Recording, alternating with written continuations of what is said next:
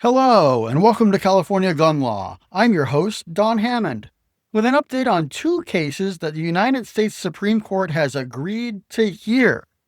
We'll discuss the vampire law at issue in Wolford v. Lopez and the drug user gun ban in United States versus Hemani. And we'll dig into how these decisions will impact California residents. And we'll take a peek at the status of Duncan versus Bonta regarding standard capacity magazines, which is still pending a decision for review by the Supreme Court. I'm a licensed California attorney and a shooting instructor. I regularly help teach the 16-hour class that's required to get a concealed carry license in California. I was at the range doing that on Sunday. On this program, we provide education on California's complicated web of gun laws so that responsible gun owners like you can better understand how to lawfully exercise their rights. California has a complicated web of firearms laws and regulations, and there are lots of traps for the unwary. We want to help you do it right so that you won't need our criminal defense legal services. Today, I'll discuss updates on the United States Supreme Court. The court season is starting off strong for gun rights, with the court accepting 2 gun rights cases already, with a few more that are up for review, and the court still deciding whether to accept them. Let's take a look at the status. The 2 cases that the Supreme Court has accepted are Wolford v. Lopez, reviewing a Ninth Circuit decision that upheld a Hawaii law regarding carrying a gun in private businesses. And the second case we'll take a look at is United States versus Hemani, related to the right of drug users to purchase and possess firearms. First, in Wolford versus Lopez, the Supreme Court granted review on a narrow question related to the so-called vampire law. The question is whether the state of Hawaii may presumptively prohibit the carry of handguns by licensed concealed carry permit holders on private property open to the public unless the property owner affirmatively gives express permission to the handgun carrier. This is exactly like one of the questions regarding California Penal Code Section 26230, which was implemented by the infamous Senate Bill 2. The lawsuit challenging that California law is called May versus Bonta. The Supreme Court's decision in Wolford will be dispositive of that aspect of the May case. Of course, the May case is also challenging several other sensitive places designations in California Penal Code Section 26230. So the case will continue even after the Supreme Court issues a decision in Wolford. We will likely get a decision from the Supreme Court in Wolford in June of 2026. Until we get that decision from the Supreme Court, the May versus Bonta case has now been stayed, and the trial readiness date that was set for March of 2026 has been vacated.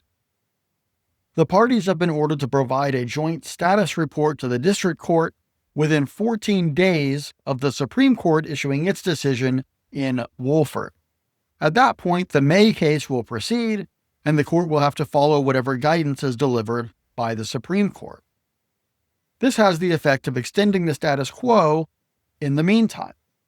Currently, because of the May versus Bonta case, there's a stay on enforcement of several of the sensitive places listed in Penal Code Section 26230, including the vampire rule that's at issue in Wolford. So California CCW license holders can currently carry a gun in private businesses that are open to the public. I'll put a link in the show notes to my blog articles that list the current places where CCW holders can and cannot carry a gun. My February 22nd, 2025 video on that topic still remains current law, and I also covered related topics and videos on May 6th and September 2nd. So check those out if you're looking for more information. The second case that the Supreme Court has agreed to hear is United States versus Hemani. The question in that case is whether 18 U.S.C. 922 G3, which prohibits possession of firearms by a person who is an unlawful user of or addicted to any controlled substance, violates the Second Amendment. This case began when FBI agents searched Mr. Hemani's home. They found a Glock 9mm pistol. I know, let's not talk about Glocks right now. But they also found 60 grams of marijuana and 4.7 grams of cocaine. Prosecutors charged Mr. Hemani with violating 18 U.S. Code 922 subsection G3. He challenged the law as applied to him as unconstitutional. The district judge agreed and dismissed the case. The Fifth Circuit agreed and upheld the dismissal. Now the government asked the Supreme Court to review that decision. The government asserts that the restriction on drug users and addicts possessing firearms comports with the nation's history and tradition of firearm regulation in accordance with Bruin. Particularly, they point to early American restrictions on possession of guns by habitual drunkards. And it is a temporary restriction as approved in Rahimi, or so they argue. They also point out the increased danger of mixing guns and drugs, which increases the likelihood of a violent encounter with police. This is the same statute that Hunter Biden was convicted of violating before his dad pardoned him. It's interesting that the Supreme Court accepted this case because there isn't really a strong circuit split on the issue.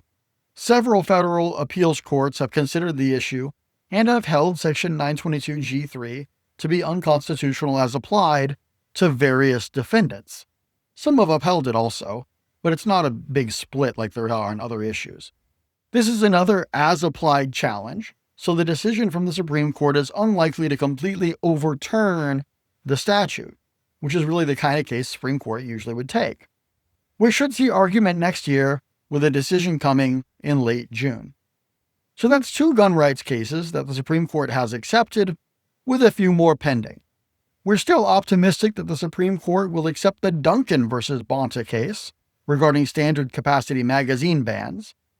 In the meantime, selling, purchasing, and importing magazines that hold more than 10 rounds is prohibited in California, but you don't have to get rid of them if you legally own them. Attorney General Bonta just filed his opposition to the petition for writ of certiorari a few days ago on October 20th, so we're keeping an eye on the docket with hope to see Duncan make the list of accepted cases soon. We could see some action as soon as November 7th, but more likely would be later in the month. What do you think? I think the vampire rule is doomed, but I'm not so sure the Supremes will like the mixing of drugs and guns. Should we allow drug users to have guns? A friend who works at a major gun store tells me that they turn away potential sales almost every day because people come in reeking of pot. Is that the right move? Let us know your thoughts in the comments. And head on over to cagun.law for legal updates and to pick up some cool merch to support the cause. I'm Don Hammond of California Gun Law. Stay informed, stay legal, stay safe.